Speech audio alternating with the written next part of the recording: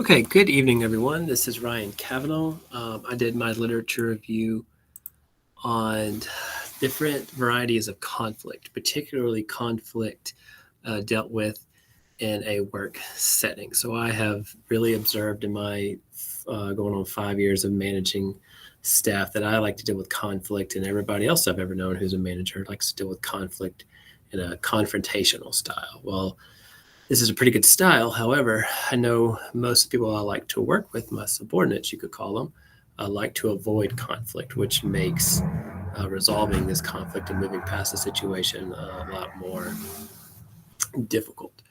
So, throughout my literature review, I went through 9 different sources.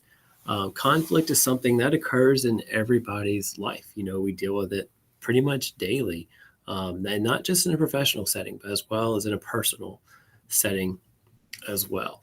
A quote from the textbook that I really like talks about how people tend to think of conflict as an uncomfortable state that they should solve or escape as soon as possible. But nevertheless, conflict is a manifestation of the inevitable and ongoing process of managing the difference. So, one of the things that really stands out for me is within conflict, yes, if you avoid it, if you don't solve it, it could fade away over time, as the textbook talks about. But I know, especially in an organizational setting, you don't really have time to let conflict linger on. You need to solve it, you need an answer, you need to move on. So, looking at all the sources that I did, there was really 3 main themes that talked about people who typically like to avoid conflict and how you handle it. One is understanding the reasoning of why people are this way. Why do they tend to avoid conflict? Anytime you're in conflict, it is very important to understand both sides of the story. Second is confrontation is very difficult to achieve with people who are, we can call them avoiders, who avoid conflict. In order to confront somebody, you have to talk to them. Well, if they avoid you, well, common sense is you cannot really confront them. And then the third theme that I saw is it's all about relationships when you're trying to resolve this issue. So you need to secure strong, goal oriented relationships with the people you work with in order to move forward. So, some sub themes, I guess you could say, within the first theme is why people avoid conflict. Well, one, it's in their human nature. So people who avoid conflict have always avoided conflict. Some people grow out of it. I used to avoid conflict, but now I was kind of thrust into a position where I could no longer anymore. But it's kind of who you are. It's something that occurs when you're younger. It can be mental, it can be physical conflict. I know for myself when I was a child, if I was ever in trouble, I knew I would get in, or if I knew I did something wrong, it would be in trouble. Well, I avoided it. So that's just kind of how we are. It's very common in our early age, research says, and it's something that you kind of do grow out of. But when you're not addressing the conflict, um, it can give you some temporary relief. But the issues with avoidance is it can still continue to occur. I talked about how it can fade a little bit, as the textbook mentions, but it is likely to continue to occur. It's going to persist in people's minds until you're able to have closure and move on with it. So the conflict won't end and it will only continue to grow, which can cause issues, especially if this is a conflict of somebody on your staff who's having an issue with a client or a customer. This conflict can continue to occur, which is only hurting your organization or business. The second theme is how it's difficult to achieve conflict with avoiders of people who are confrontational. So, looking at this confrontational attitude, this is a lot of managers. So, managers, bosses, we've all had. If they see an issue, they want to get it fixed right away because that's their job. Is part of their job is to ensure that everything is running smoothly.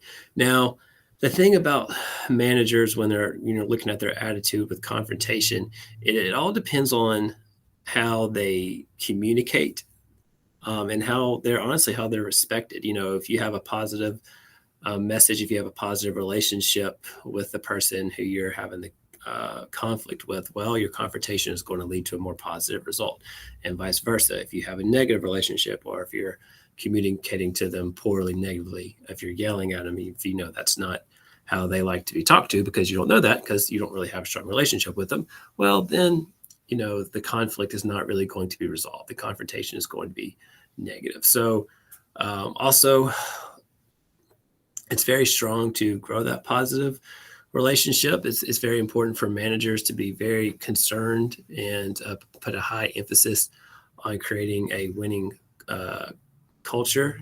Always not being concerned as far as winning the argument, but wanting to win in the organizational setting.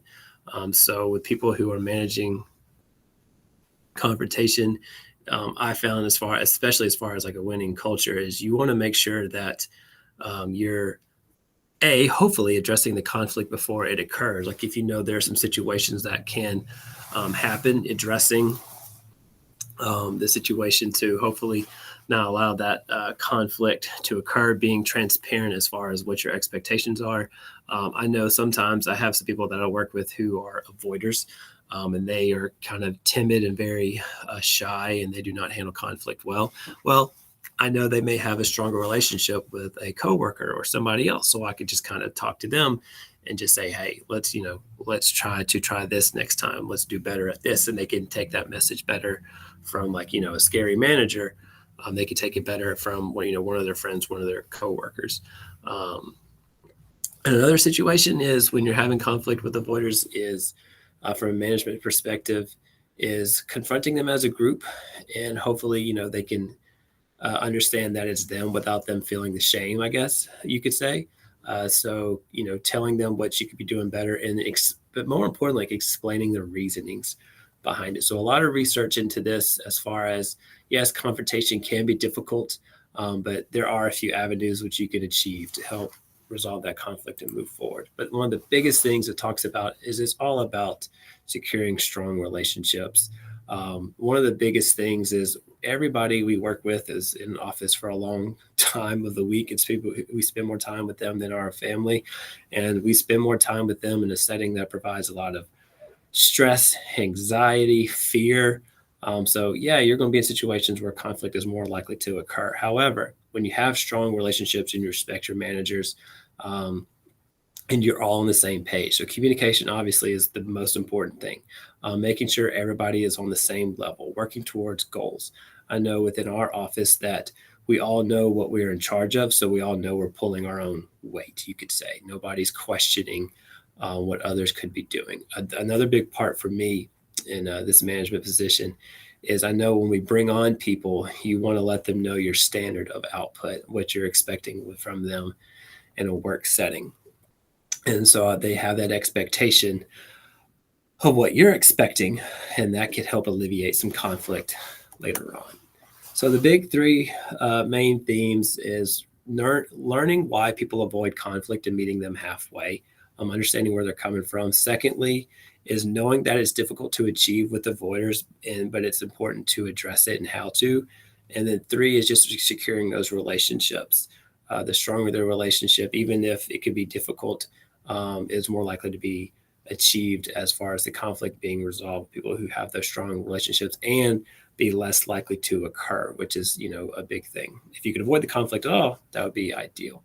Advice for future research: there wasn't a whole lot I was hoping to find about like particular conversations. A lot of people talked about how there needs to be more experience into this type of study, as ways of approaching certain phrases, things along those lines. Talking about why managers typically deal with confrontation. Is this even the best management philosophy? But the biggest thing is they all said how there was really no exact model. There is no, excuse me, it is not very black and white. It's very gray. It all just kind of depends on the person in the situation, which is very true. But I was kind of hoping for a little bit more concrete analysis from that standpoint. The biggest thing is on this topic is just know the people that you're working with, being understanding of both sides of every conversation, and always thinking before acting. So that is my literature review. Thank you all for listening, and best of luck to everyone else. Thank you.